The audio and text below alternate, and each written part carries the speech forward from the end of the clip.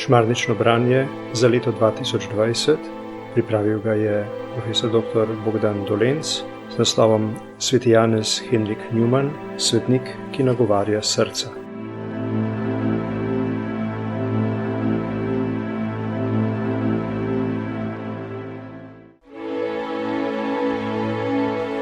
Šestnajsti dan. Slovo od vernikov.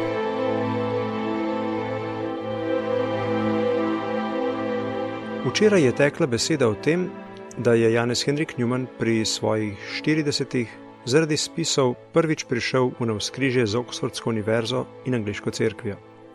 Umaknil se je iz nemirnega Oxforda v bližnjo vas Littlemore, se posvečal župniji ter z molitvijo in pokoro prosil za luč od zgoraj.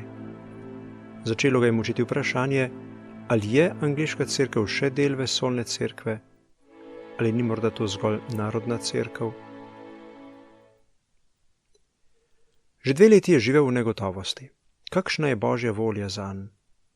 Da bi prišel do jasnosti, se je v Littlemoru blizu Oxforda s prijatelji posvečal molitvi, premišljevanju in študiju. Na njegove spise so se odklonilno odzvali tudi škofje in vodstvo univerze.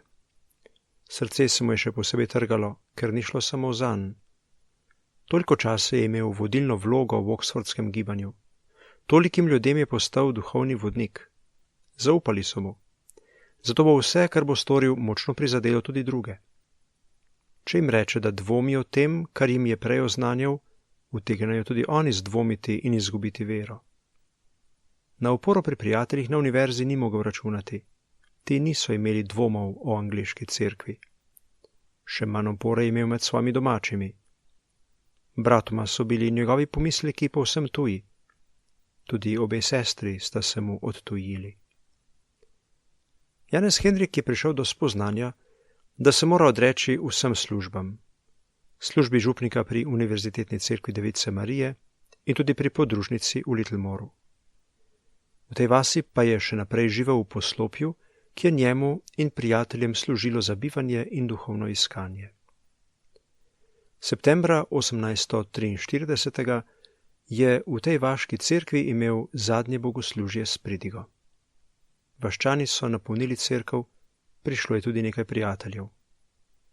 Vsem je bilo hudo in so se spraševali, zakaj se njihov priljubljeni župnik odreka župniji. Pridiga ob slovesu jih je ganila do solz. Prosil jih je, naj se ga v prihodnje spominjajo, čeprav ga ne bodo več slišali, naj molijo zanj, da bi v vseh stvarih spoznal Božjo voljo in bi jo bil vedno pripravljen izpolnjevati.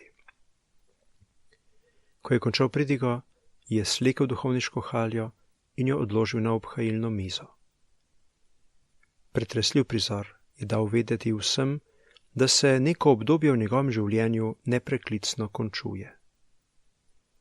2 leti je še ostal med njimi, a je bil po svojih besedah na smrtni postelji, kar zadeva njegovo članstvo v angleški cerkvi.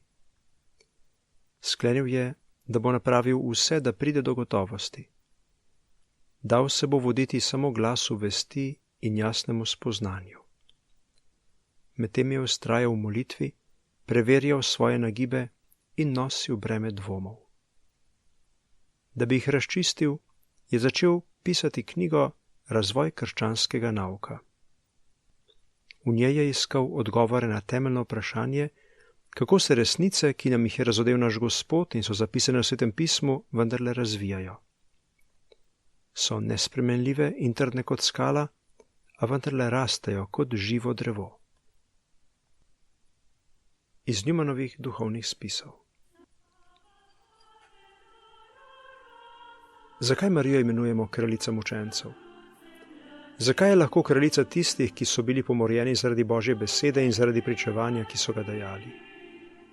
Ni bila mučena in umorjena.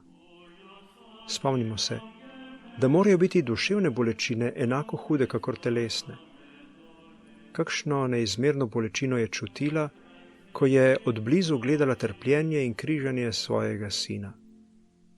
To je bil meč, ki je prebadal njeno srce. Jezusov krvavi pot kaže, kako velika je lahko duševna bolečina.